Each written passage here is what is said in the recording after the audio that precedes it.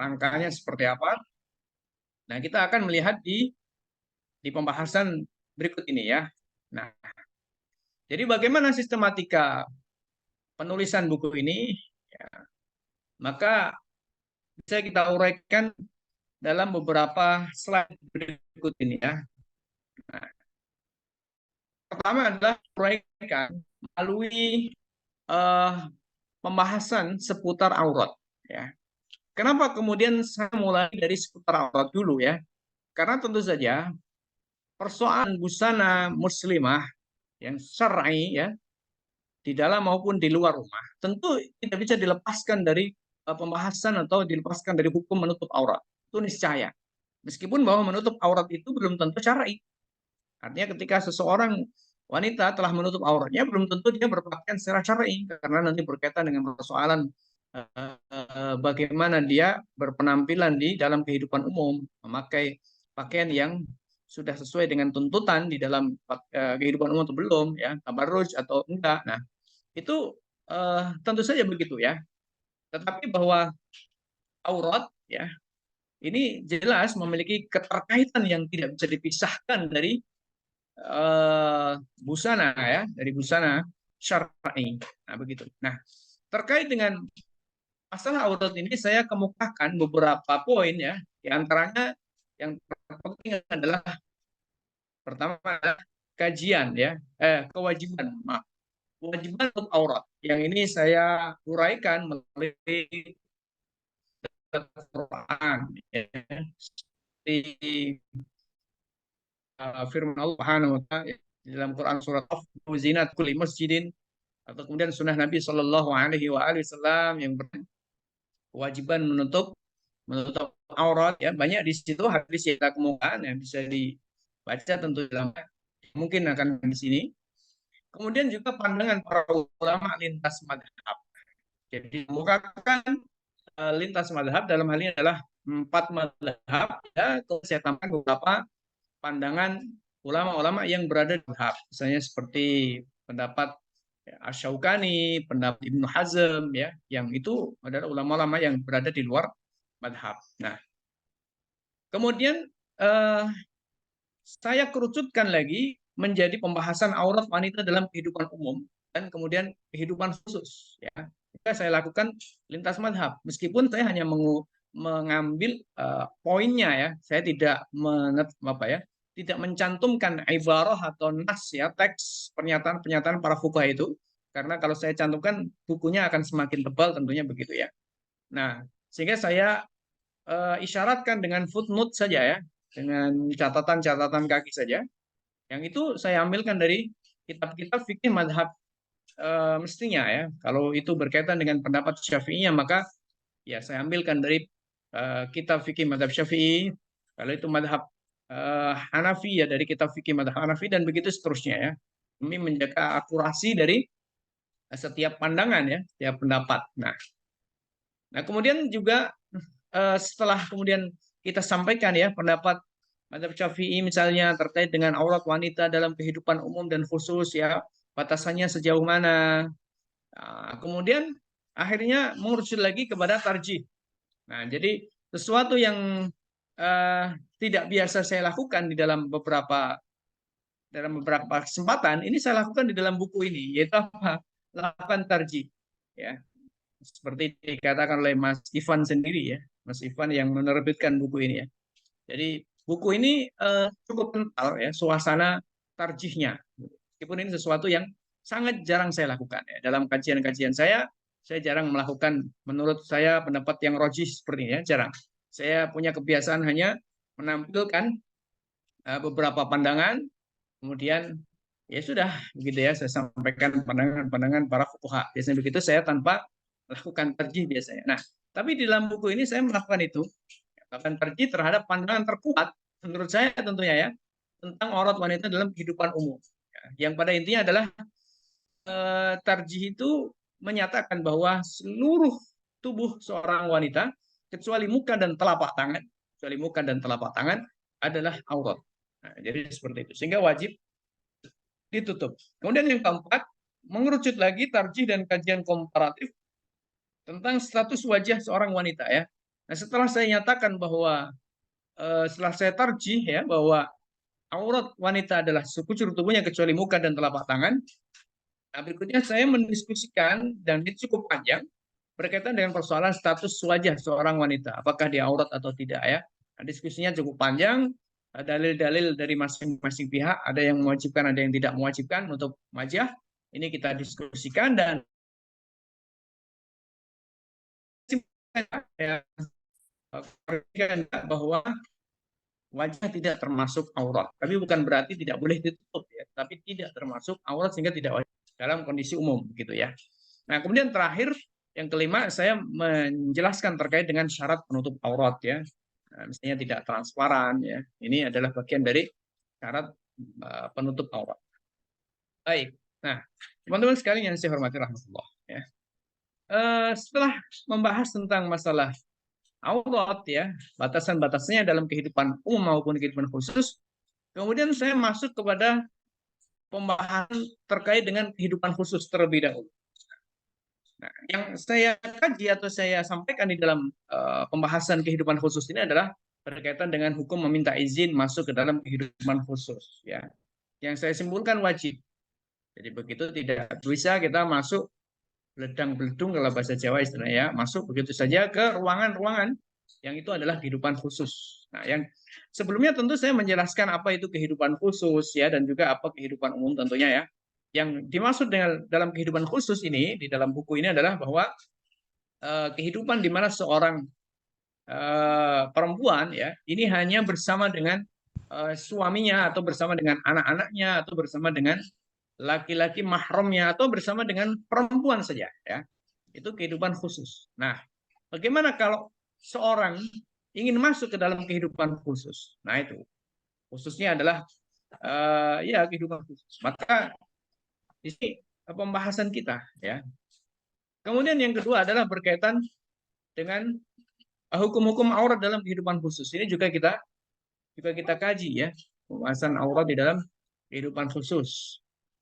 Kemudian kita juga membahas tentang hukum laki-laki non mahram masuk ke dalam kehidupan khusus dan pakaian wanita dalam kondisi ini ya. Sebentar, sebentar.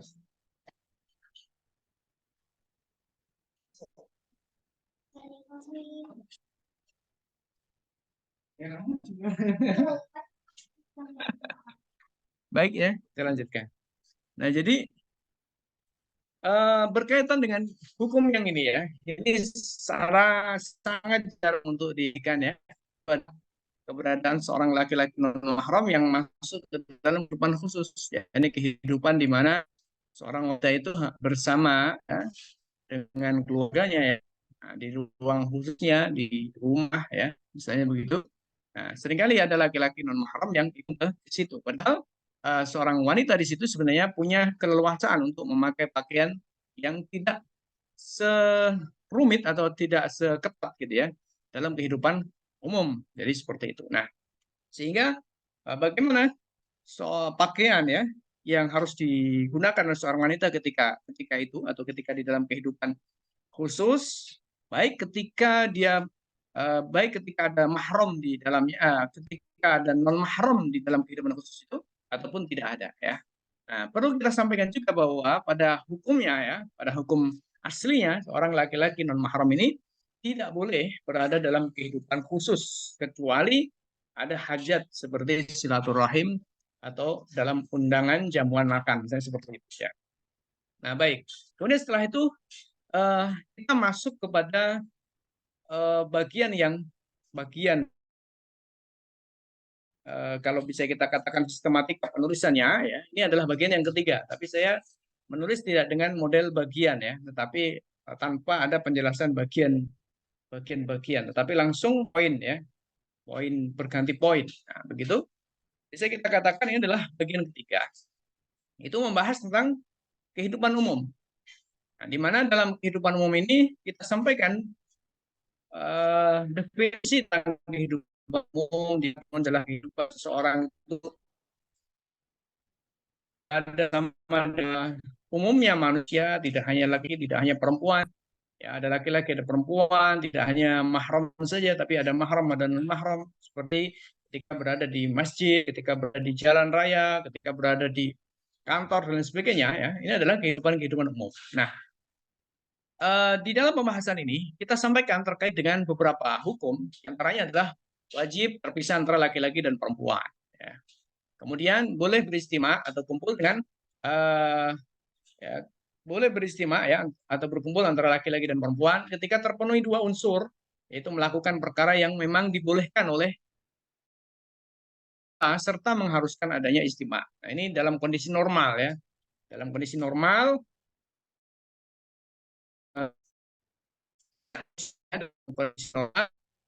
yang mana tidak mungkin dilakukan, artinya tidak mungkin ya dilakukan tanpa mengharuskan adanya istima, dan perkara itu adalah perkara yang boleh dilakukan oleh laki-laki dan boleh dilakukan oleh perempuan, maka di sini pada prinsipnya ya boleh terjadi istima. Misalnya seperti saat tawaf ya, kemudian ketika di pasar ya, belanja dan semacamnya ya, itu sesuatu yang boleh dilakukan oleh laki-laki dan oleh perempuan. Mau nggak mau ya, tentu saja ya terjadi perkumpulan atau berkumpulnya antara laki-laki dan perempuan. Kemudian di pembahasan ini juga kita sampaikan tentang bahwa sekujur tubuh wanita adalah aurat kecuali muka dan telapak tangan ya. Semacam mengulangi atau kemudian menegaskan apa yang telah disampaikan sebelumnya ya. Dan ini adalah sebagai pintu masuk sebenarnya ya untuk pada poin yang keempat. Pintu masuk kepada poin yang keempat, yaitu bahwa wanita dalam kehidupan umum tidak hanya wajib menutup muka, menutup sekujur tubuhnya kecuali muka dan telapak tangan, tapi juga wajib mengenakan pakaian syar'i yang Allah tetapkan untuk pakaian kehidupan umum, yaitu adalah khimar dan jilbab. Jadi ini sudah mulai mengerucut bahasan di mana buku ini sebenarnya poinnya intinya ditulis untuk ini.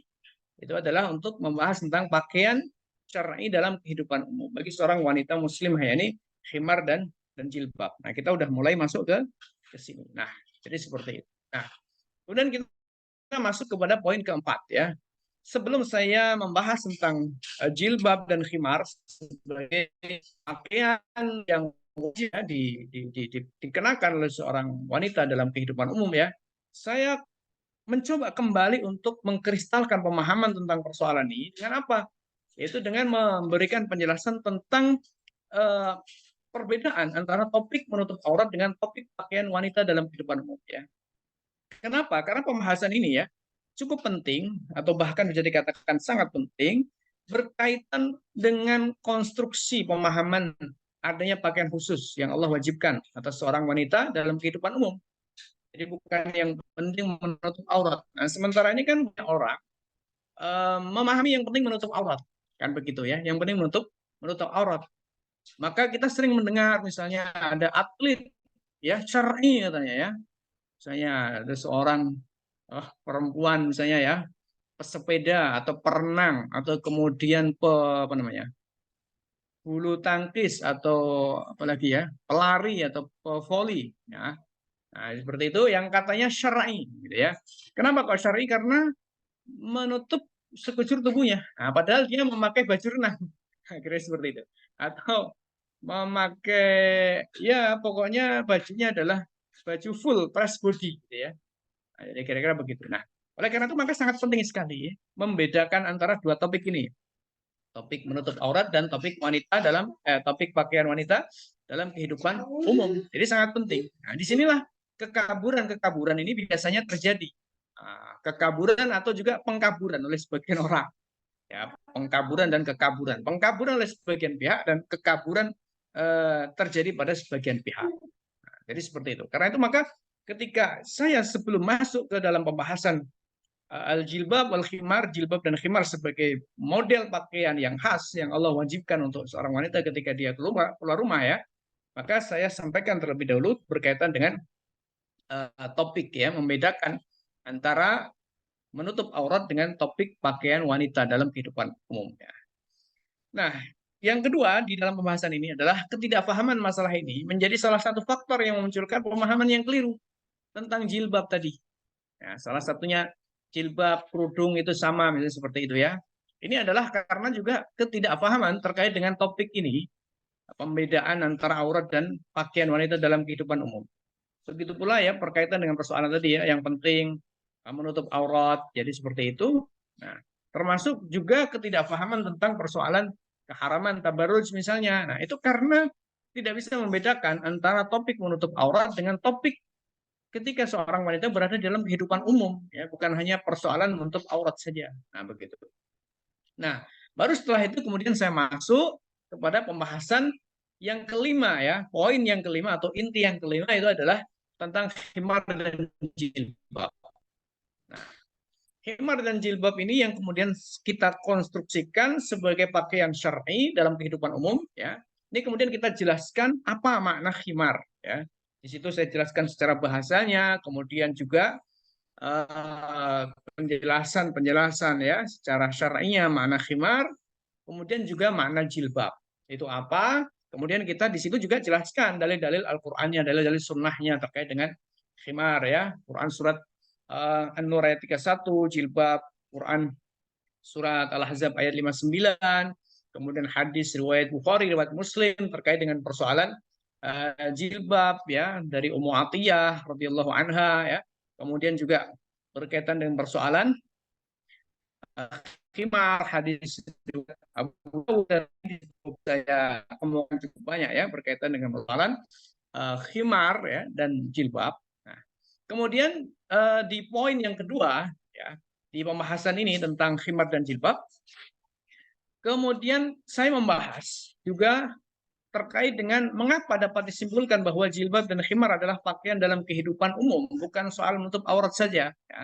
Nah, di situ saya kemukakan, saya kaitkan dengan persoalan sababun nuzul ayat 59 dari Quran surat Al-Ahzab, kemudian saya kaitkan dengan hadis Nabi Shallallahu Alaihi Wasallam riwayat Bukhari, riwayat Muslim, dan yang lain dari Ummu Atiyah berkaitan dengan jilbab, yang mana di situ konteksnya adalah ketika akan berangkat atau pergi sholat id atau menghadiri ya sholat id ya. Nah itu kenapa kemudian bisa kita simpulkan ya bahwa jilbab dan khimar adalah pakaian dalam kehidupan umum, bukan semata menutup aurat ya. Itu kita kaitkan sebab nuzulnya ya. Di situ saya coba untuk hadirkan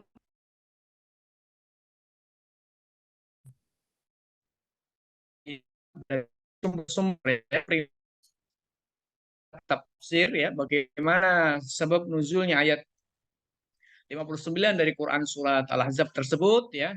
Lalu bagaimana penjelasan para ulama hadis, para pensyarah hadis ya seperti Imam Ibnu Hajar Al-Asqalani, Imam Ibnu Rajab Al-Hambali, dan kemudian Syaukani di sana dan lain-lain ya. Cukup banyak yang saya kemukakan nama-nama di situ ya untuk menjelaskan dan menegaskan serta mengerucutkan ya bahwa jilbab dan khimar ini merupakan ya apa ya jilbab dan khimar ini merupakan pakaian dalam kehidupan umum, bukan soal menutup aurat semata. Nah, begitu ya. Itu saya sampaikan di pembahasan ini ya. Nah, kemudian yang ketiga di pembahasan ini saya juga saya mengapa dapat disimpulkan jilbab adalah pakaian di atas pakaian keseharian yang dikenakan di dalam rumah. Ya, kenapa ada pernyataan atau ada frase pakaian di atas pakaian keseharian? Nah, ini kok bisa? Nah, ini kemudian juga kita jelaskan ya. Kita sampaikan kenapa bisa muncul ya kesimpulan seperti ini. Dari mana kesimpulan seperti ini? Nah, ya, di situ kita sampaikan juga bagaimana kok bisa menyimpulkan bahwa jilbab adalah pakaian di atas pakaian keseharian yang disebut dengan thiyabul mihnah. Nah, jadi seperti itu. Nah, itu kita sampaikan ya terkait dengan persoalan persoalan tentang tadi ya ayat Al-Ahzab dari konteks sababun nuzulnya, kemudian juga hadis Nabi Shallallahu Alaihi Wasallam yang berkaitan dengan tadi ya hadis Ummu Atiyah terkait dengan jilbab bagaimana tersebut, lalu bagaimana penjelasan para ulama ya komparasinya, termasuk saya ungkap data-data dari Imam Ibnu Rajab Al-Hambali yang sangat penting dalam kitabnya Fathul Bari Syarah Sahih Bukhari yang karya Imam Ibnu Rajab, bukan Fathul Bari karya Ibnu Hajar Al Asqalani, bukan, tapi yang karya Ibnu Rajab Al Hambali ya. Nah, di situ saya kemukakan satu apa ya satu poin penting yang disampaikan oleh Imam Ibnu Rajab Al Hambali di mana bahwa hadis Nabi Shallallahu Alaihi Wasallam yang berkaitan dengan jilbab ini berkaitan dengan hadisnya Ummu Atiyah radhiyallahu anha dikemukakan oleh Imam Ibnu Rajab Al-Hambali bahwa itu bukan persoalan menutup aurat ya seperti itu, tetapi itu adalah persoalan ketika seorang wanita itu keluar keluar rumah. Berarti maknanya bukan persoalan pakaian saja, pakaian yang menutup aurat saja, tetapi adalah pakaian pakaian khas yang memang digunakan untuk keluar. Berarti maknanya itu adalah pakaian yang memang pakaian rangkap, dalam artian pakaian di atas pakaian yang lain. Jadi seperti itu. Nah, itu saya kemukakan beberapa pernyataan Imam Ibnu Rajab Al-Hambali ya di dalam kitabnya Fathul Bari ya. Tentu tidak saya bacakan di sini ya. Karena terlalu panjang nanti pembahasan kita ya. Nah, kemudian poin yang keempat gitu ya. Di mana masalahnya? Di mana salahnya pemahaman bahwa Allah tidak menentukan model pakaian sama sekali untuk kehidupan umum ya. Nah, itu kita juga sampaikan. Ada 4 poin yang mengungkap tentang kesalahan sebagian orang yang menyatakan bahwa Allah tidak menentukan model pakaian sama sekali untuk kehidupan umum ya. Itu saya jelaskan uh, dalam 1 poin tersendiri ya. Nah, di situ saya juga kemukakan beberapa pendapat para ulama, ada Syaukani, ada kemudian juga Ibnu Hajar, kemudian juga ada tadi ya Imam Ibnu Rajab Al-Hambali. Kemudian yang kelima menjawab syubhat seputar khimar dan jilbab ya. Misalnya menjawab tentang persoalan jilbab itu untuk membedakan antara perempuan merdeka dan perempuan budak pada zaman itu. Sehingga sekarang tidak ada budak, tidak ada merdeka, sehingga tidak ada kewajiban untuk jilbab. Misalnya seperti itu ya. Nah, ini kita jawab, kita kaji dari sisi asbabun nuzulnya ya, bagaimana ya kesahihan asbabun nuzul tentang faktor itu ya, yakni membedakan antara budak dan merdeka ya. Ini kita mencoba untuk menjawab seputar syubhat tersebut. Begitu pula berkaitan dengan persoalan misalnya jilbab itu adalah pakaian orang Arab ya, seperti itu ya. Itu tradisi bangsa Arab. Nah, ini kita coba mengkaji, membahas tentang yang dalam pembahasan kelima ini adalah dalam poin yang ya, di situ saya sampaikan ada 7 syarat ya. Saya sampaikan ada 7 syarat berkaitan dengan persoalan syaratnya jilbab ya. Nah, di situ bisa kita katakan bahwa syaratnya yang pertama adalah menutup seluruh tubuh tentunya, kemudian harus tebal dan tidak tipis, kemudian tidak tabarruj syaratnya, kemudian yang keempat longgar dan tidak ketat, kemudian yang kelima itu adalah tidak berparfum, kemudian yang keenam tidak menyerupai pakaian laki-laki, dan ketujuh ya tidak menyerupai pakaian orang kafir ya. Seperti itu. Ini adalah 7 syarat yang bahkan ada 8 syarat, mohon maaf, ya, 8 syarat ya. Dan 8 adalah tidak berupa pakai juhroh, artinya pakaian yang justru menjadi perhatian orang, menjadi perhatian pandangan mata manusia ya, laki-laki ataupun perempuan. Jadi seperti itu. Baik ya, teman-teman sekalian yang saya hormati, rahimakumullah. Nah, sebelum saya akhiri pembahasan kita terkait dengan persoalan khimar dan jilbab sebagai sebuah model khas, model khusus yang Allah Subhanahu wa taala tetapkan bagi seorang perempuan ketika ia keluar rumah ya. Nah, mungkin muncul pertanyaan ya, apa sebenarnya yang ingin secara khusus dikonstruksikan melalui pembahasan-pemahasan di atas tadi ya. Maka saya ingin mengatakan bahwa saya ingin mengkonstruksikan sebuah pemahaman ya di benak para pembaca ya. Saya ingin mengkonstruksikan sebuah pemahaman di benak para pembaca bahwa syariat Islam ini menetapkan pakaian dengan model khusus dan syarat-syarat khusus bagi seorang wanita saat dia berada di dalam kehidupan umum. Ini yang ingin saya konstruksikan. Nah, kenapa kemudian saya ingin mengkonstruksikan atau melakukan rekonstruksi tentang masalah ini ya? Sebab begini, meski sebenarnya hal itu telah dikonstruksi oleh para ulama, seperti saya tegaskan sebelumnya ya. Namun hal itu ya, sifatnya berserang beberapa topik ya, di dalam beberapa kesempatan, artinya tidak dikaji secara secara apa ya, secara tematis, kemudian atau tidak secara sistematik ya, bisa dikatakan seperti itu. Nah, karena sifat yang berserakan di beberapa topik, beberapa tempat, beberapa bahasan gitu ya, sehingga kaum muslimin ini khususnya hari ini tidak akrab dengan poros atau akrab namun karena hal-hal tertentu ya mengalami kekalahan yang cukup parah terkait dengan persoalan khimar jilbab. Kembali melakukan rekonstruksi melakukan tentang. Nah, tulis ingin menegaskan bahwa konstruksi pemahaman di atas itu hanya pemahaman sebagian ulama kontemporer saja, seperti Syahnabani dalam kitasan atau penjelasan sebagian ulama saja, seperti ya ulama kontemporer seperti An-Nabhani atau kemudian Farid Al-Ansari tadi ya. Nah, saya ingin melakukan konstruksi bahwa ini enggak hanya atau tidak hanya pendapatnya ulama-ulama kontemporer, melainkan ini merupakan sesuatu yang sebenarnya telah dibangun oleh para fuqaha di masa itu dari berbagai mazhab.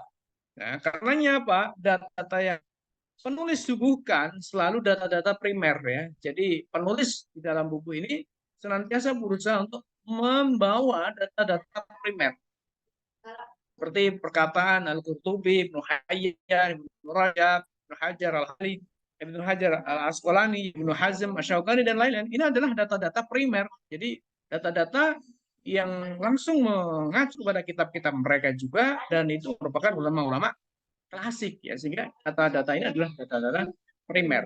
Seperti itu. Baik ya.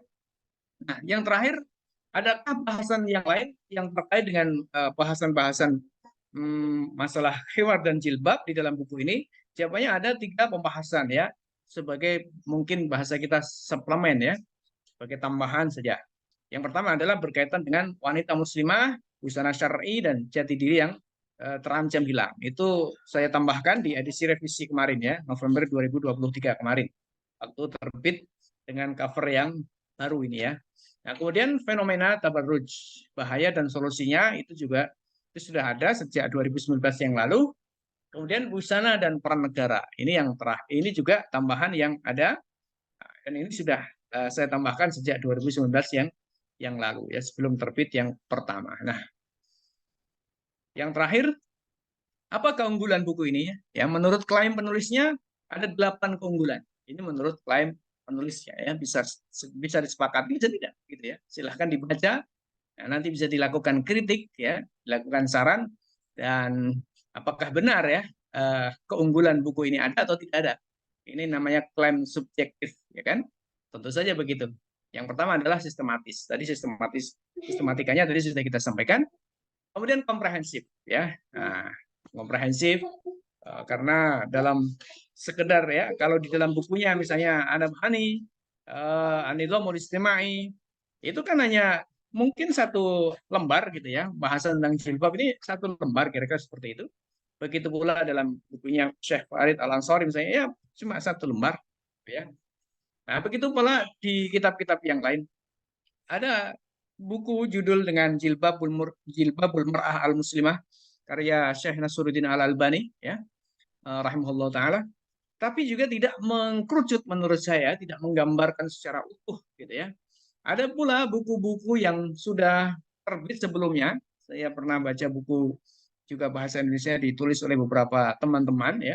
Tapi saya melihat tidak bahasa saya ya, la yusmin wa la yughni min ju' ya. Jadi tidak memuaskan lah kira-kira seperti itu. Nah, dari sisi kajian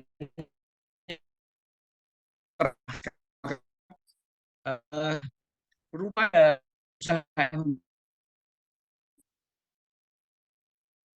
jadi bersifatnya komprehensif. Kemudian komparatif ya karena memang dalam kita banyak sampaikan pendapat-pendapat ulama dan kita kaji ya, kita komparasikan di antara pendapat-pendapat itu. Kemudian keempat, kaya referensi ya. Kenapa saya sebut kaya referensi? Karena memang cukup banyak referensi yang saya rujuk ya, yang penulis rujuk di dalam menulis buku ini ya. Buku dengan ketebalan hanya sekitar berapa ya, 200 atau 180-an halaman ya. Nah, itu dengan daftar pustaka yang cukup banyak ya. daftar pustaka yang cukup banyak, mungkin ada hampir 100 mungkin kalau saya tidak salah ingat ya, nanti bisa dilihat. Nah, ini saya mengatakan cukup kaya referensi ya. Kemudian yang kelima adalah usuli. Kenapa saya katakan usuli? Ya karena memang ada kajian-kajian usul fikih di dalamnya, artinya ruh dari ruh dari ilmu usul fikih ini kita rasakan ya di dalam pembahasan buku ini ya, bagaimana ketika melakukan tarjih misalnya ya. Nah, usuli. Jadi seperti itu. Itu artinya dimaksud dengan usuli, membandingkan satu riwayat dengan riwayat yang lain, membandingkan kebahasaan ya, melakukan kajian terkait dengan bagaimana istidlal ya. Ini usuli. Kemudian yang keenam ideologis. Ya, artinya ideologis ini memandang ini sebuah aturan yang tidak berdiri sendiri, jadi berkaitan dengan aturan yang lain, berkaitan dengan akidah, berkaitan dengan persoalan konsep kehidupan manusia ya, kehidupan seorang muslim, kehidupan kaum mukminin. Nah, jadi berkaitan dengan negara juga tentunya ya. Maka ini saya katakan ideologis ya. Kemudian yang ketujuh adalah mengungkap hal yang banyak orang tidak memahaminya. Di antaranya adalah beda antara menutup aurat dengan pakaian wanita dalam kehidupan umum dengan data-data primer tadi ya. Nah, jadi seperti itu. Data yang terpenting juga di sini adalah data-data primernya ini, gitu kan? Nah, mungkin ada banyak teman-teman sudah memahami beda antara menutup aurat dengan pakaian wanita dalam kehidupan umum misalnya ya. Tapi untuk menggali data-data primer dari para fuqaha, para mufassirin ini belum dapat barangkali ya. Nah, di sini saya suguhkan begitu ya, sehingga saya mengklaim ini mengungkap beberapa hal yang bisa dibilang baru. Jadi salah satu keunggulan buku itu apabila dia menemukan hal-hal baru. Ya, tidak hanya menghimpun yang sudah ada, tetapi juga menemukan hal yang baru. Lalu yang kedelapan, kajian mendalam tentang jilbab dan khimar, sehingga berhasil mengungkap konsep baku pakaian wanita dalam kehidupan umum. Nah, itu klaim ya, 8 klaim penulis terkait dengan buku ini ya. Nah, apakah itu benar, apakah salah ya? Namanya juga klaim sepihak, klaim subjektif ya, bisa jadi salah, bisa jadi benar ya. Wallahu subhanahu wa ta'ala alam. Waktu saya kembalikan kepada Ustadz Wohono, dari saya cukupkan sekian. Terima kasih. Mohon maaf atas segala kekurangan. Wassalamualaikum warahmatullahi wabarakatuh. Waalaikumsalam warahmatullahi wabarakatuh. Masya Allah, dari segi review, insya Allah kayaknya mantep nih buku ya.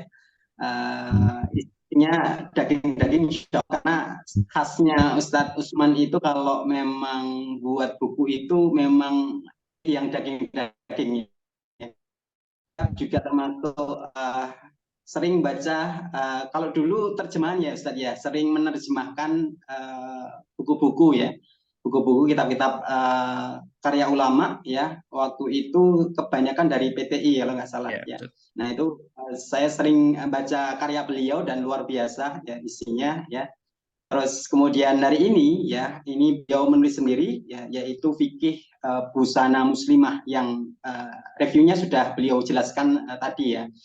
Nah, ini bisa untuk kemudian dari teman-teman sekalian buat hadiah istrinya mungkin kalau punya istri ya. Terus kemudian buat dirinya sendiri kalau dia muslimah, agar apa? Agar kita jadi paham ya. Bagaimana sih fikih busana muslimah yang kemudian syar'i ya. Yang hari ini ya itu masih banyak sekali orang-orang yang salah paham mana kerudung, mana kemudian jilbab gitu ya. Agar kita tahu ya, akan juga seragam di Indonesia terutama ya, itu ya jilbab ya itu ya kerudung ya itu ya. Karena kalau seperti ini ya, itu nanti kemudian yang mengetahui itu adalah anak-anak kita, nanti jadi miss gitu loh. Jadi miss, orang bilang apa, kita bilang apa, jadinya nggak nyambung, malah bingung kan.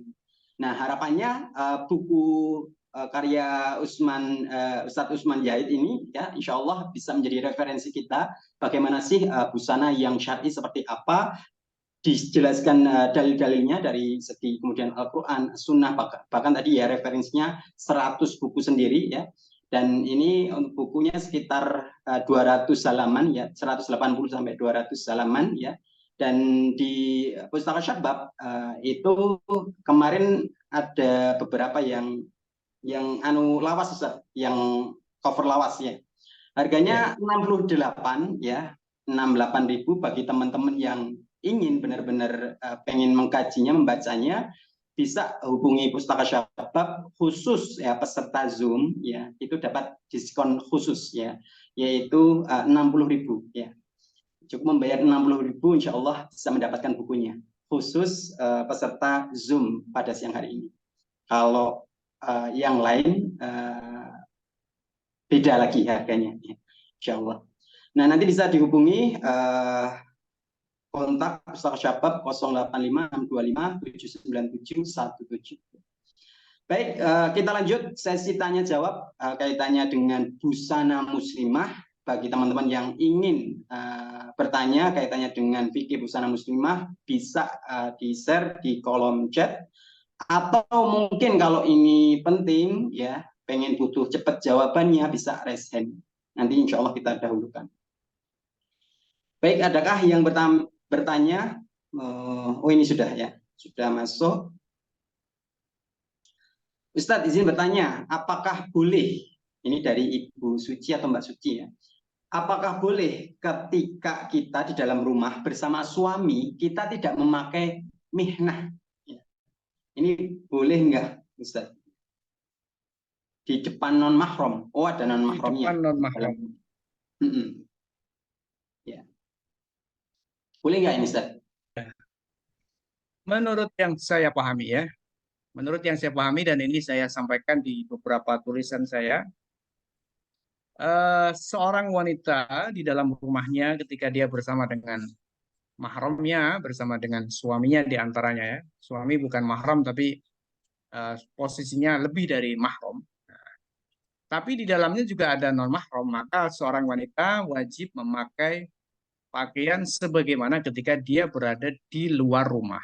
Jadi itu jawaban saya ya, jawaban saya, dan jawaban saya ini kemudian terkonfirmasi dengan beberapa penjelasan para ulama tafsir ya, di antaranya ada Imam Ar-Razi, kemudian ada juga apa namanya beberapa mufassir yang lain ya, yang pada intinya ketika di dalam kehidupan khusus tadi itu ada non mahram, maka tetap wajib memakai pakaian secara syar'i sebagaimana ketika dia berada di luar rumah. Itu jawaban saya ya. Dan itu adalah bagian dari tafsir yang dikemukakan oleh beberapa kalangan tafsir ya, di antaranya tadi seperti saya sampaikan Ar-Razi. Di situ juga ada penjelasan kalau saya tidak salah ingat adalah Al-Biqai dalam Nadhmud Durar ya, dan beberapa yang lain, ada sekitar 4 atau 5 mufassir yang secara khusus menegaskan tentang ini ya, tapi saya agak lupa namanya ya.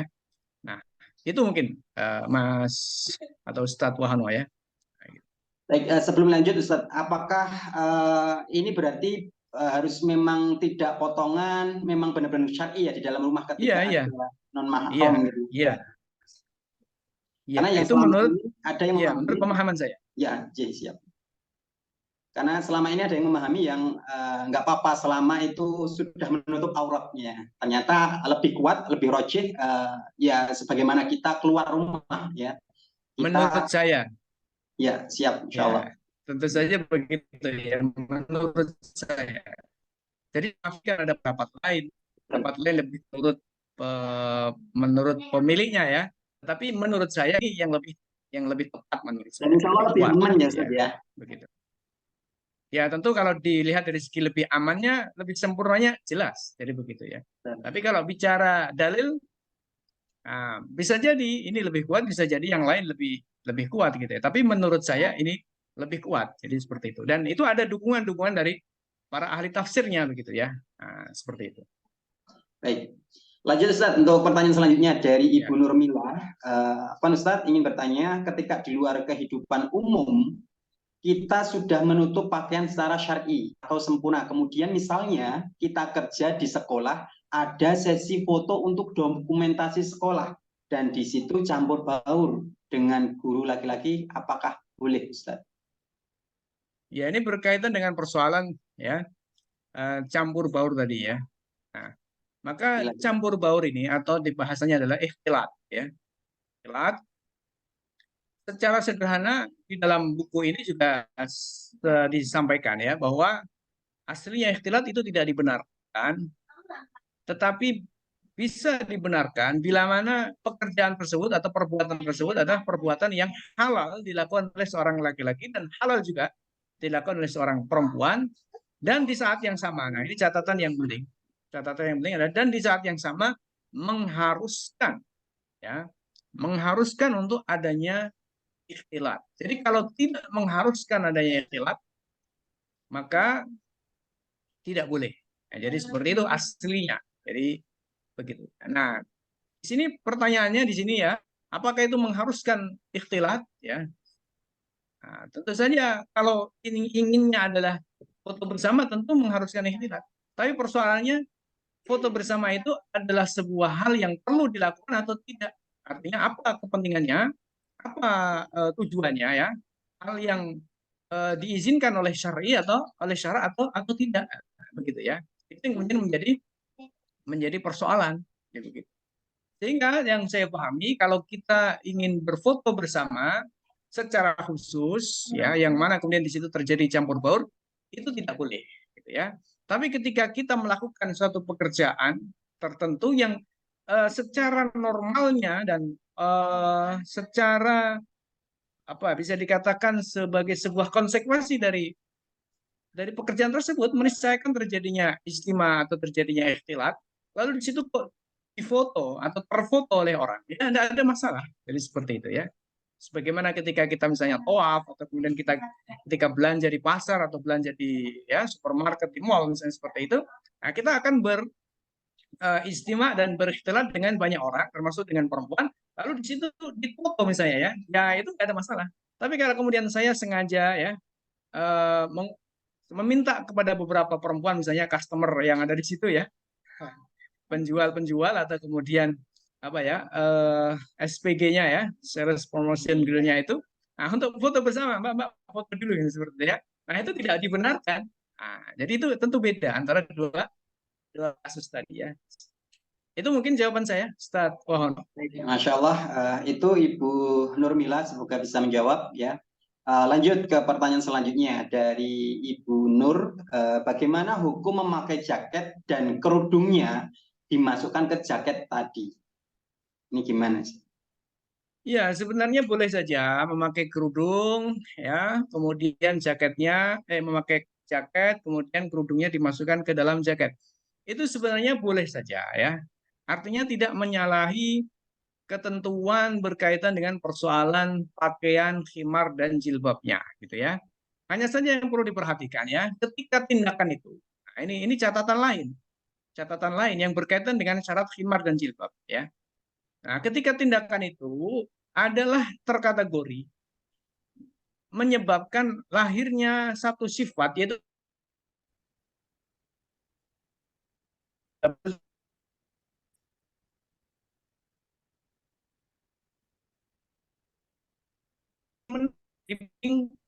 ketika tidak seperti itu, ya kira-kira begitu ya sederhananya ya.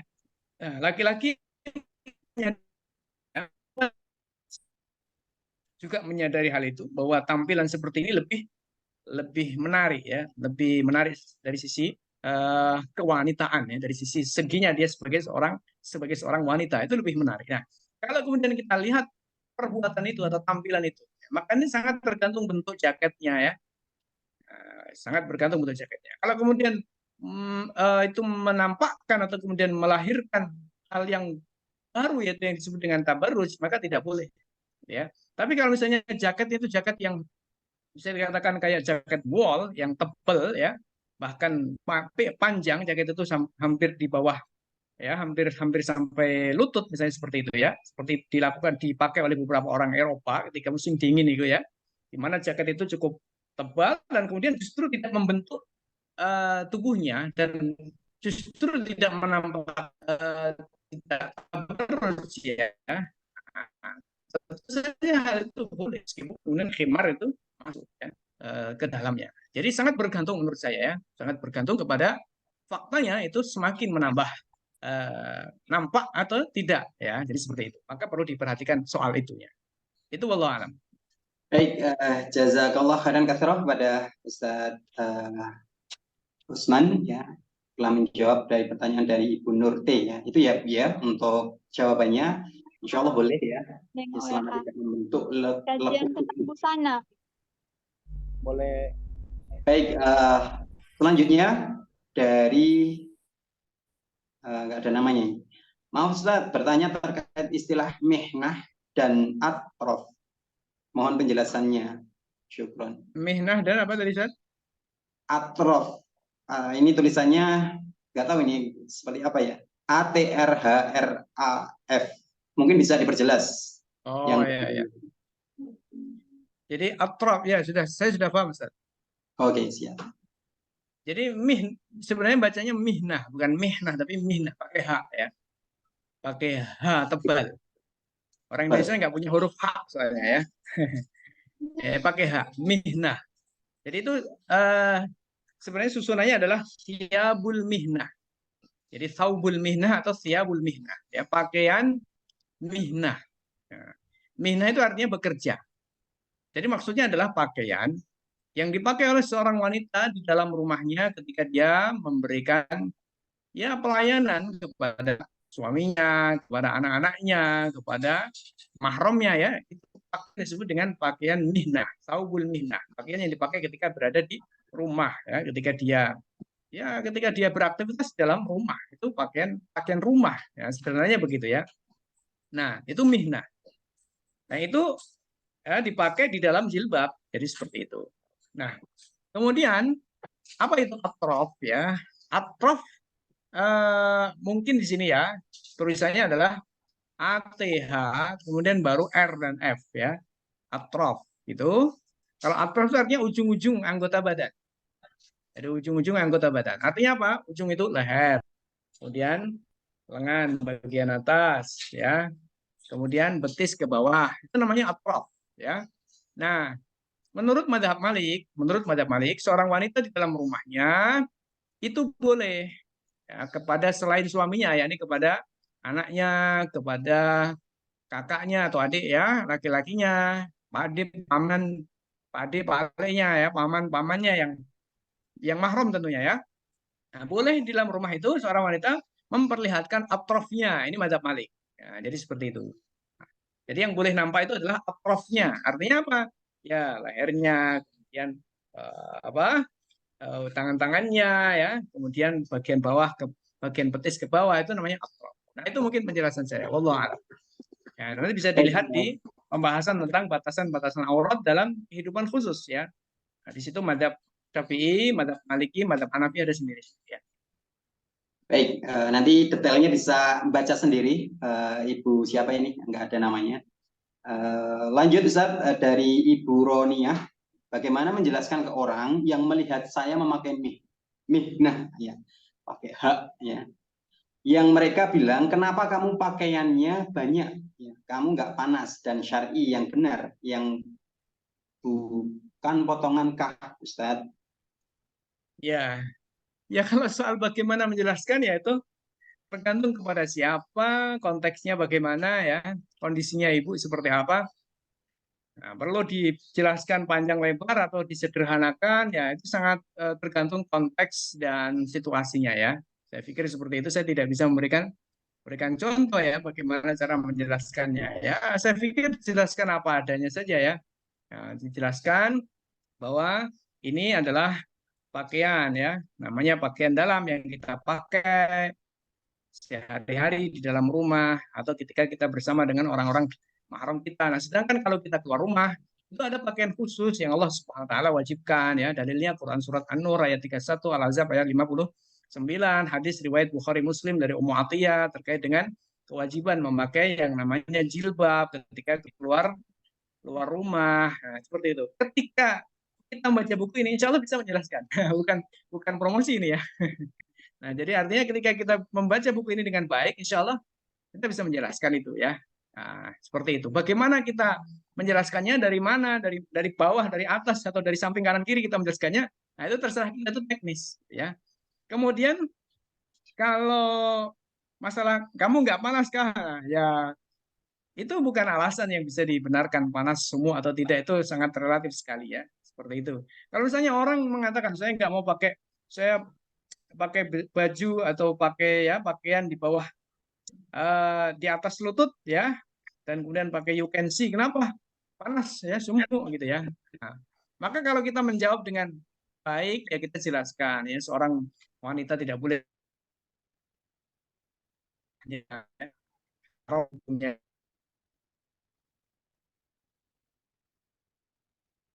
Putus-putus Ustaz untuk suaranya. panas ya. Nah, gitu. Ya, Oke. ya. Lanjut Ustaz? Ustaz untuk pertanyaan selanjutnya dari Ya. Ibu Umu Ibnu Ziyad. Benar, ini kayaknya tadi yang Assalamualaikum. masalah yang potongan kah gitu ya. Ya tidak syar'i kalau potongan tidak dibenarkan menurut apa yang kita jelaskan tadi ya. Baik itu lanjut Ustaz. Baik Ustaz. Lanjut dari Umu Ibnu Ziyad. Ya, Assalamualaikum. Waalaikumsalam. Ustaz, apakah di halaman rumah membolehkan tidak memakai kaos kaki? Dan bagaimana hukumnya memakai alat sholat ketika ke masjid karena pakai rok dan mukenahnya? Ya, memakai kaos kaki ini sebenarnya tidak wajib sebenarnya. Tetapi ketika jilbab kita tidak terlalu panjang ya. Jadi misalnya ini katakanlah ini ujung telapak kaki ya. Kalau jilbab kita ada tambahan sekitar 1 jengkal seperti ini atau 2 jengkal ya. Nah ini kita nggak wajib pakai kaos kaki. Tetapi kalau jilbab kita tuh pas dengan telapak kaki kita atau pas dengan tumit kita ya, maka kita wajib menambahkannya kaos kaki biar tidak kelihatan kaki kita. Itu pada prinsipnya seperti itu ya. Nah, pertanyaannya kalau kita di halaman rumah, wajibkah kita memakai kaos kaki? Jadi seperti itu. Maka ya tergantung di halaman rumah ada orang atau tidak. Sebenarnya begitu ya. Kalau tidak ada orang sama sekali, artinya tidak ada orang itu artinya tidak ada non mahram sama sekali. Dan halaman rumah kita tidak dilihat dari luar ya, ya kita tidak wajib pakai kaos kaki. Tapi kalau kemudian halaman rumah kita itu akses publik, kemudian orang berlalu lalang lewat situ, ya tentu saja kita wajib juga ketika pakaian kita, ya pakaian seorang wanita ini jilbabnya tidak terlalu panjang. Jadi seperti itu, sebagaimana yang dipakai oleh kebanyakan wanita hari ini tidak panjang gitu ya. Artinya hanya sampai mata kaki saja. Maka itu disertakan dengan jilbab, apa disertakan dengan kaos kaki. Ya, itu jawaban saya ya. Kemudian terkait dengan memakai alat sholat ketika ke masjid saya kurang eh, oh jadi maksudnya adalah Anu Ustaz, dia sudah pakai jilbab, terus eh, pakai mukenah lagi gitu loh. oh iya nggak masalah ya. Ketika dia udah pakai jilbab lalu kemudian pakai mukena lagi mukenanya potongan misalnya ya nggak masalah. Karena yang terjadi gini, Ustaz, itu juga pernah terjadi di istri saya juga sih, ketika bepergian, itu kan nggak pakai mukena gitu. Dia tapi sudah pakai jilbab, tinggal Ya, sholat aja. Cuman ya. kanan kiri pada nulis semua gitu loh. Hmm. Dikira ini mazhab apa ini kan gitu loh. Seperti Ya, itu. ya itu mungkin karena tidak pahaman orang ya. Sebenarnya kalau sudah memakai jilbab ya sah-sah saja sholat kita. Ya, sholat seorang wanita itu tadi ya, sepanjang dipastikan ketika misalnya takbir mengangkat tangan di sini tidak tidak apa menurun ya, tidak turun ke bawah. Ketika sujud misalnya ya, kemudian bagian bawah jilbab itu tidak terangkat sehingga kelihatan kakinya misalnya seperti itu ya. Sangat sangat sangat tergantung ya kondisinya seperti apa. Intinya begitu ya. Itulah tertutup auratnya itu kalau sholat.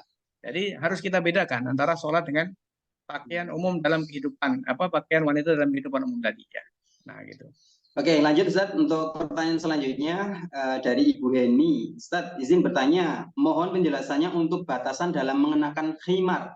Misal panjang bagian depan, belakang, dan sampingnya yang sempurna itu seperti apa? Syukron. Baik, kalau pertanyaan yang sempurna bagaimana ya? Yang paling sempurna tentu ketika khimar itu atau kerudung itu menutup secara sempurna full ya eh, dada dari depan itu dada samping kanan kiri ya belakang semuanya full katakanlah seperti ini ya semuanya full Nah, misalnya seperti ini. Nah, full. Nah, seperti ini. Jadi belakang, depan, samping, kanan, kiri full. Nah, lalu menutup seperti ini di bagian dagu sini. Nah, ini yang paling sempurna. Nah, tetapi kalau misalnya nggak sampai segitu, sebenarnya intinya adalah sebagaimana kata Quran, wal yadribna bi khumurihinna ala juyubihin. Ya, ini adalah menutup kerah baju ini, ya, menutup kerah kerah baju ini. Nah, ini kalau kita bicara khimar, ya, bicara kerudung, menutup kerah baju ini sehingga tidak kelihatan lehernya, tidak kelihatan, mohon maaf, belahan, ya, belahan ini dadanya, ya, seperti itu. Nah, belahan di dadanya ini maksudnya, ya. Nah, tidak nampak. Intinya seperti itu. Akan tetapi dalam banyak kasus, ya, ketika kemudian kerudung itu tidak sempurna, saya kerudungnya kecil, atau model kerudungnya dililitkan di leher, itu kan juga sudah menutup aurat, ya. Dan itu juga sudah menutup kerah bajunya. Katakan seperti itu, dililitkan di leher. Nah, tetapi yang terjadi masalah lain yang muncul yaitu apa? Ya, tadi yang kita sebut tabarruj, ya. Dulu yang disebut dengan jilbab gaul atau jilbab yang artinya kerudung yang dimasukkan ke dalam kerudung. Bisa didengar? Didengar, Ustaz? Ya, kerudung yang dimasukkan ke dalam kerah baju, ya, sehingga kerudungnya masuk ke dalam kerah baju. Nah, itu kan tetap juga nggak memperlihatkan dadanya tentunya, ya. Tetapi mohon maaf, ya kan, itu justru menonjolkan sesuatu, ya kan. Gitu. Nah, itu yang kemudian justru di situ nampak tabarrujnya. Jadi eh, kalau kemudian pertanyaannya adalah bagaimana yang sempurna, maka seperti yang tadi saya sampaikan di awal, ya, kerudung itu dijulurkan dari atas ke bawah, kemudian sampai bawah dada.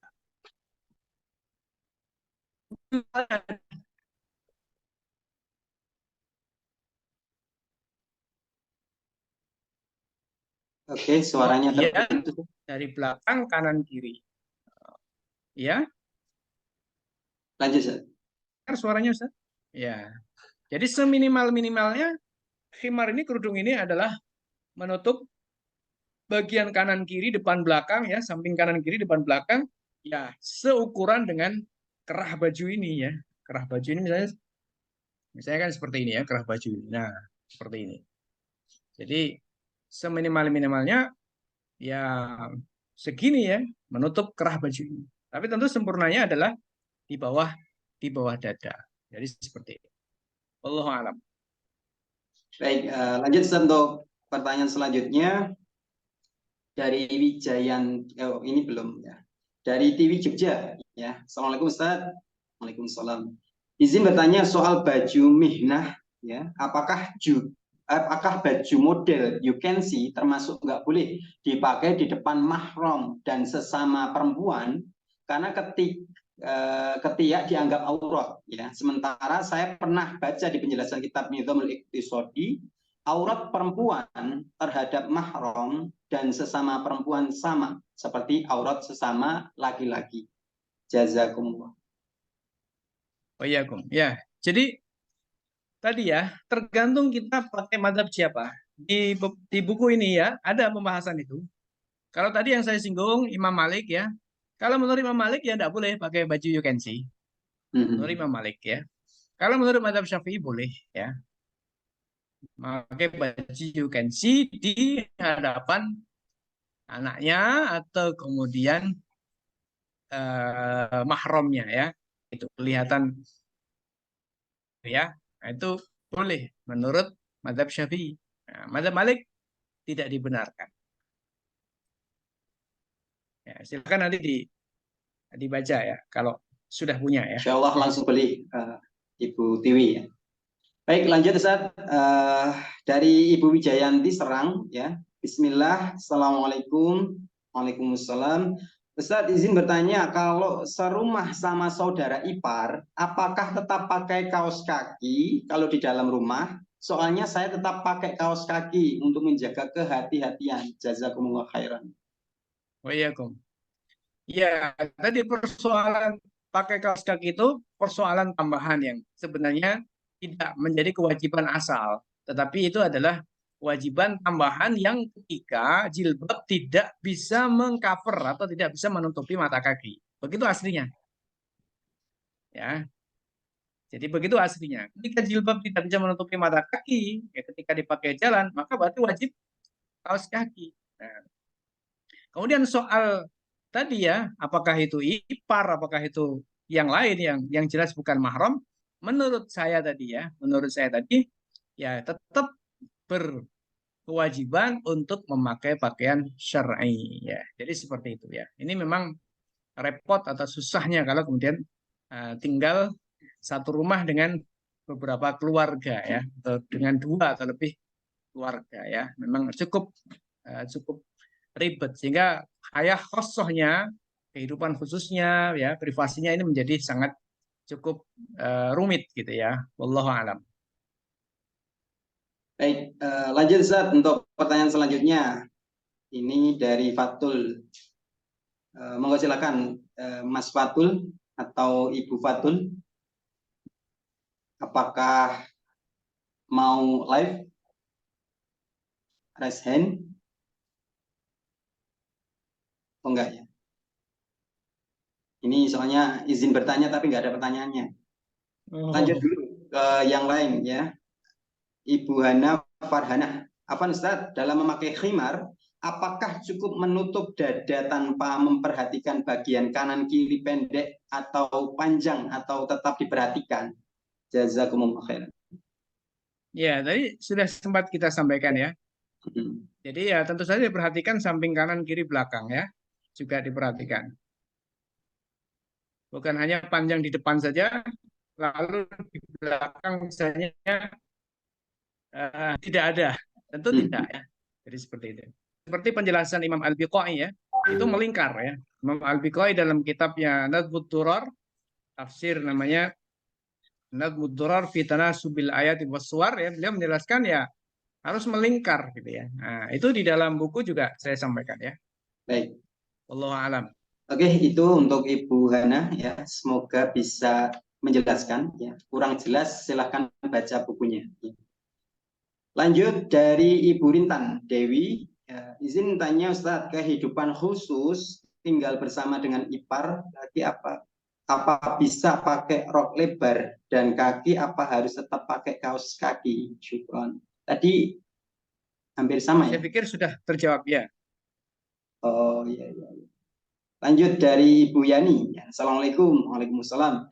Izin bertanya Ustadz, untuk batasan muka perempuan dan telapak tangan yang boleh ditampakkan seperti apa? Apakah dagu termasuk aurat? Ya. Jadi untuk eh, dagu ya ini. Jadi wajah itu batasannya adalah mulai tumbuhnya rambut ya, mulai dari atas ke bawah itu mulai tumbuhnya rambut ini ya, mohon maaf ini. Nah, ini hitungan normal. Artinya normal itu nggak botak ya. Nah, itu normal. Kemudian sampai ditarik sini dagu. Ini namanya dagu ya. Tempat tumbuhnya jenggot sini dagu. Nah, dari kanan ke kiri ya. Ini mulai telinga ini ya. Nah, tengah telinga ini kemudian ditarik seperti ini. Nah, kalau kemudian kita garis melingkar maka itulah wajah. Nah, selain itu bukan wajah. Nah, sehingga berarti kalau kita memakai khimar otomatis ya ada bagian yang sebenarnya wajah tapi tetap tertutup gitu ya seperti ini. Nah di sini.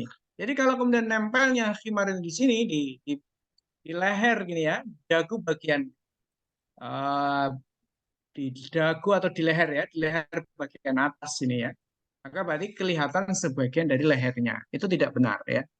Kalau seperti kalau kita sholat ya, menurut Madzhab Syafi'i kalau menempelnya mekena itu di leher ya, maka sholatnya tidak sah. Karena nampak dari sebagian aurat yaitu adalah sebagian leher bagian atas. Maka yang benar memakai khimar itu adalah nempel di sini ya. Nah, jadi tidak nampak kecuali dagunya, bukan lehernya ya, tapi dagunya. Nah, ini memang agak sedikit sulit ya. Maka ya diupayakan ya. Nah, seperti itu. Wallahu alam. Baik, terima kasih Ustadz untuk jawabannya. Lanjut, ini dari Ibu saya kayaknya tadi sudah dibahas juga, ya, bisa lihat lagi untuk rekamannya. Dari Mas Nur, ya, mohon penjelasan. Tadi yang telapak tangan belum, Ustaz? Oh, yang telapak tangan ya Ustadz ya. Mohon maaf. Iya. Buka silakan Ustadz.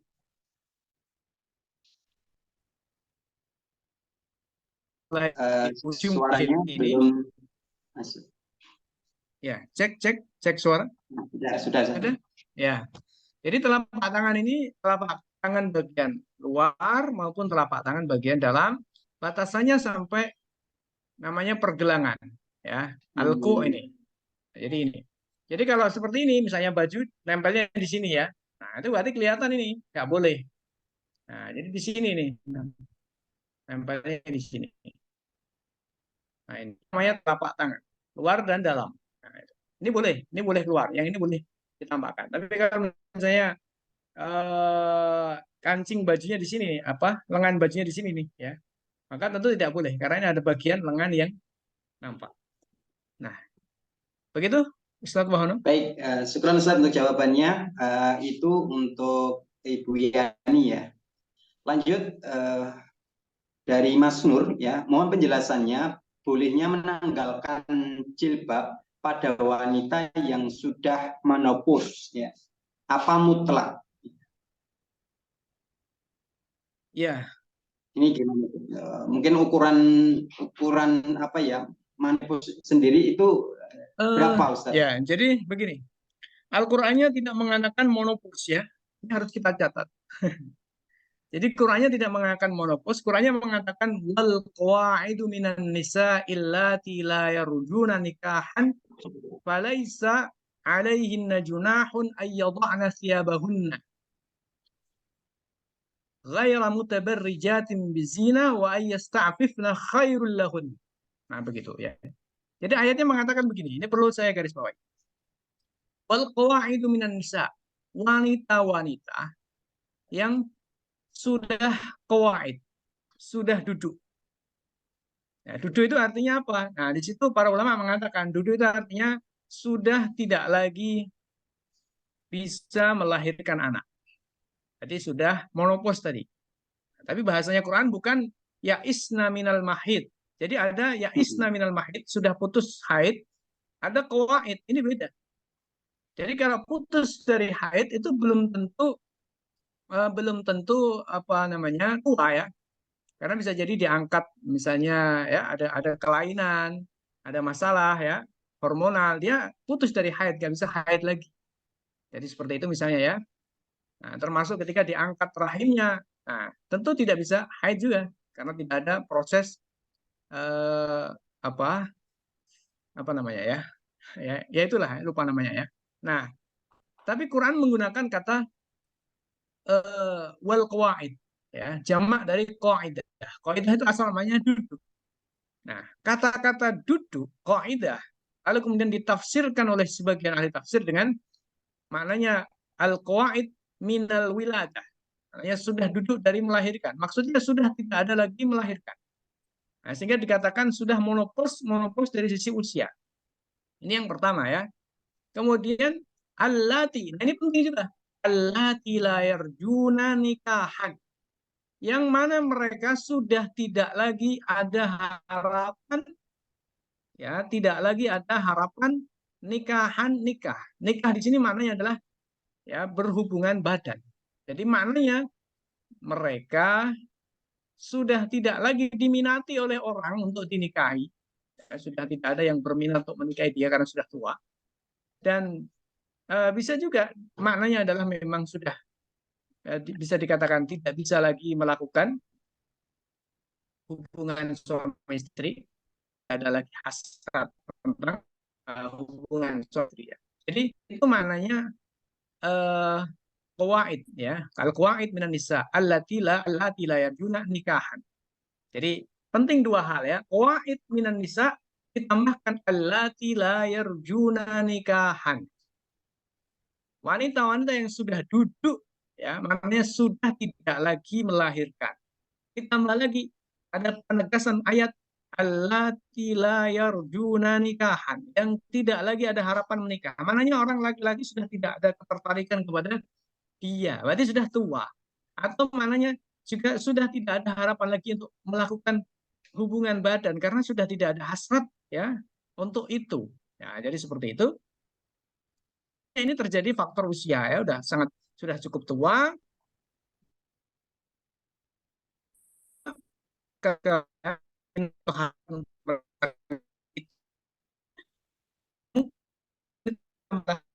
ya.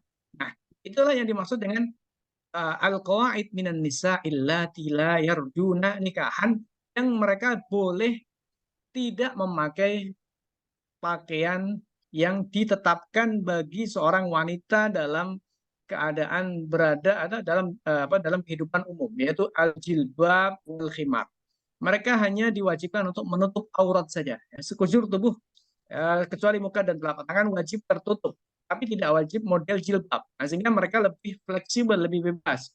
Pakai rok, mau pakai apa, terserah. Yang penting tertutup auratnya. Nah, itu pun Quran masih mengatakan ghaira mutabarrijatin bizina, ya. Apa tidak dengan dengan hiasannya, ya. Nah, begitu. Quran masih menambahkan lagi wa yastafifna khairul lahunna. Ketika mereka itu menjaga diri, artinya tetap memakai pakaian yang syar'i, kemudian ya tetap pakaian yang sempurna tadi ya, maka itu lebih baik bagi mereka. Nah, jadi sederhananya mereka tidak di mereka tidak diwajibkan untuk memakai apa yang tadi kita sampaikan, yaitu pakaian yang khusus bagi seorang wanita dalam kehidupan umum tadi ya. Yang penting mereka menutup aurat. Tapi syaratnya adalah mereka ketika sudah pada usia di mana satu tidak melahirkan dan ya juga tidak lagi ada harapan menikah. Menikah itu konotasinya adalah tentu saja ya ada hasrat melakukan hubungan ya badan. Itu artinya menikah. Jadi berarti maknanya kadang-kadang ada wanita yang sudah menopause ya, tapi masih masih sehat, masih masih cantik, bisa jadi seperti itu ya. Maka ya tidak boleh, tetap pakai pakaian yang syar'i. Jadi seperti itu ya. Wallahu alam. Baik, jazakallah khairan katsirah pada Ustaz Usman yang telah menjawab pertanyaan dari Ibu siapa tadi ya? Mas Nur ya, Mas Nur. Lanjut Ustaz untuk pertanyaan selanjutnya dari Ummu Iltizam ya. Ustaz, apakah di depan wanita non muslim juga harus pakai jilbab? Ya, artinya di dalam hidup ini ya, tentunya begitu ya. Wanita muslim dalam kehidupan khusus ya, misalnya satu kamar gitu ya dengan non muslimah, jadi seperti itu ya. Apakah juga wajib memakai jilbab, jadi begitu ya. Nah, ini sebenarnya pertanyaannya, mohon maaf mungkin kurang tepat ya. Kalau dalam kehidupan khusus di mana bersama seorang wanita bersama dengan wanita ya, itu tidak ada kewajiban memakai jilbab, begitu ya. Karena dalam kehidupan khusus yang di situ tidak ada laki-laki non mahram, itu tidak ada kewajiban memakai jilbab. Nah, pertanyaannya kalau boleh saya ubah adalah apakah dia wajib menutup auratnya? Jadi begitu ya. Nah, maka jawabannya ya menutup aurat sesuai dengan batas-batas yang diwajibkan. Nah, ini diperselisihkan oleh para ulama ya. Kalau menurut sebagian ulama, auratnya seorang wanita muslimah di hadapan perempuan non muslim itu sama seperti auratnya seorang wanita muslimah di hadapan sesama muslimah. Ini sebagian ulama, dan ini adalah pendapat yang lebih kuat dari sisi dalil gitu ya, dari sisi dalil. Kemudian ada sebagian pendapat yang mengatakan di hadapan perempuan non muslim ya, di hadapan perempuan non muslim, aurat wanita muslimah itu sama seperti auratnya perempuan di hadapan laki-laki non mahram. Nah, itu berarti wajib menutup auratnya. Nah, seperti itu meskipun kepada seorang wanita, tapi karena dia non muslimah. Nah, ini secara dalil lebih lemah, tapi mungkin lebih hati-hati ya. Jadi seperti itu ya. Alasannya apa? Alasannya khawatir nanti kalau perempuan non muslimah ini kalau melihat, mohon maaf ya, melihat bentuk tubuhnya si wanita muslimah tadi, nanti akan menceritakan kepada ya, orang lain ya, kepada laki-laki lain temannya dia dan seterusnya. Nah, khawatirnya begitu ya. Itu alasannya seperti itu ya. Wallahu a'lam. Mungkin itu jawabannya Ustaz Wahana. Baik, syukran Ustaz untuk jawabannya. Lanjut Ya. ke pertanyaan Nanti selanjutnya. ini sampai jam berapa Ustaz? Jam 3, Ustaz. Hah? Ini tinggal kayaknya dua pertanyaan lagi. Oke, oke, oke. Ya. Sampai jam 3 insya Allah. Ya. Ya. Ustaz, apakah ini sudah ya tadi ya. Selanjutnya dari Ibu Risna ya. Afwan Jidan, Ustaz, bolehkah di depan suami pakai mihnah tapi nggak pakai pakaian dalam? Soalnya dasternya besar and bukan you can see. Begitu pula di hadapan anak-anak. Dasternya bahannya batik tebal. Ya, kalau di hadapan suami terserah ibu ya. Sepanjang yang ada hanya suami saja. Yang ada hanya suami saja. Ya, saya lagi yang ada di situ hanya suami saja, itu terserah ibu ya. Nggak ada aturan khusus di situ dalam artian masalah pakaian, masalah aurat nggak ada ya, terserah. Tapi kalau di situ ada anak ya, maka tentunya auratnya menurut Madzhab Syafi'i ya, seperti aurat di hadapan seperti auratnya laki-laki ya, seperti auratnya laki-laki di hadapan laki-laki ya. Ya ini antara pusar dan lutut. Nah, menurut Madzhab Imam Malik ini lebih bagus ya, auratnya adalah al-atraf, yakni ujung-ujung ya seperti leher ya, kepala sampai leher ya, kemudian bagian dada tentunya ya kelihatan itu bagian atraf ya. Kemudian lengan ya, lengan ya, eh, tangan, kemudian betis ke bawah. Nah, ini atrof itu lebih lebih bagus. Ya, itu madzhab Malik ya. Begitu kurang lebih ya Baik, jawabannya. lanjut satu lagi pertanyaan dari atau Bapak ini ya, Indra ya. Apa Ustaz bertanya lagi terkait larangan isbal, namun jilbab mesti irqo menjulur ya. Jazakallah. Ya, untuk isbal ada pengecualian untuk perempuan. Ya, ada pengecualian untuk perempuan. Jadi isbal dilarang, laki-laki dilarang isbal ya. Seminimal-minimalnya makruh ya. Kalau tidak ada tujuan untuk sombong maka makruh. Kalau ada tujuan sombong maka haram. Itu untuk laki-laki. Kalau perempuan isbal itu menjadi keniscayaan bagi tertutupnya auratnya. Nah, begitu Rasulullah Shallallahu Alaihi Wasallam mengizinkan untuk isbal bagi perempuan ditambah satu jengkal atau bahkan dua jengkal. Gimana?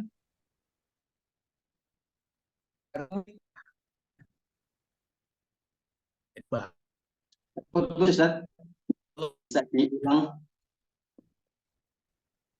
Ya, jadi isbal Ya, sudah lancar. ya sudah lancar. Ya, jadi isbal ini untuk laki-laki hukumnya bisa haram, bisa makruh menurut jumhur ulama. Ya, makruh kalau tidak ada tujuan khuyala atau sombong ya. Hukumnya haram kalau ada tujuan khuyala atau sombong ya, begitu. Sedangkan untuk perempuan, isbal ini dibenarkan, dibolehkan ya. Jadi isbal untuk perempuan diizinkan. Jadi itu merupakan bentuk pengecualian dari keumuman tidak bolehnya isbal. Nah, perempuan dibolehkan isbal sampai batas-batas di mana eh, ketika dia tidak pakai kaos kaki ya, maka ya isbalnya sebatas apa ya? Sebatas tidak nampak mata kakinya, apa tidak nampak telapak kakinya. Ya, berarti mungkin di dalam hadis itu ditambah satu jengkal atau dua jengkal. Itu dalam hadis riwayat Abu Daud kalau saya tidak salah ya. Riwayat Abu Daud nanti bisa dicek juga di dalam bukunya ada ya. Seperti itu pembahasan. Tapi tidak secara spesifik saya membahas isbal ya, tapi itu bahas kaitan persoalan auratnya wanita terkait dengan masalah kakinya tadi ya. Di situ ada hadis tentang isbal ya, tentang isbal. Nah, silakan nanti di situ dibaca ya, di situ ada. Nah, yang pada intinya perempuan dibolehkan isbal ya, baik dia memakai kaos kaki ataupun tidak memakai kaos kaki. Nah, isbal ini menjadi kesempurnaan bagi irkha, bagi menjulurkan jilbab ke bawah. Nah, seperti itu. Wallahu a'lam. Baik, Masya Allah. Terima kasih Ustadz untuk jawaban-jawabannya. Ya, semoga ini jawaban bisa ya dipahami oleh para jamaah dan juga bisa diterapkan di kehidupannya masing-masing sehingga lebih ya kehidupannya bisa syar'i ya, bisa kemudian menutup aurat ya, baik kemudian itu di luar rumah ataupun di dalam rumah yang itu ada non mahramnya ya. Baik, kita ucapkan jazakallah khairan katsira kepada Ustadz Usman Zaid Wa As-Sidani ya, iyyakum wa semoga iyyakum. apa yang menjadi apa beliau sampaikan ya itu menjadi pahala buat beliau dan juga ilmu buat kita dan bisa kita terapkan dalam kehidupan sehari-hari insyaallah. Mungkin itu untuk bedah buku pada kesempatan hari ini ya, yang di grup tetap stay di grup karena insya Allah kita SBR ya mengadakan kajian bedah buku setiap sebulan sekali Selasa minggu awal ya, minggu pertama ya jam 1 siang insya Allah kita terus untuk kemudian bedah buku para syabab ya, yang mana ini semoga bisa mengupgrade ya sakofah kita. Dan teman-teman untuk yang kemudian ingin ya bukunya, ya sayang sekali kalau nggak dibaca ini ya. Kenapa? Karena dijelaskan tadi reviewnya luar biasa ya. Untuk teman-teman yang hadir pada kesempatan Zoom kali ini mendapatkan diskon lebih ya. Cukup membayar 60.000 ya bagi peserta Zoom pada siang hari ini. Silakan hubungi 085625797717. Sampai kapan? Sampai 2 hari. Artinya masih ada kesempatan besok hari, besok pagi ya, sampai jam 8 malam insya Allah. Ya. Mungkin itu dari kami ya, SBR ya, Syabab Book Review ya. Untuk kajian yang kami selenggarakan ini semoga menjadi pahala buat kita semuanya, yang kita dengan baca hamdalah dan kafaratul majelis. Alhamdulillahirabbil alamin. Subhanallah. Sekian, assalamualaikum warahmatullahi wabarakatuh. Syukran Ustaz. Waalaikumsalam warahmatullahi wabarakatuh.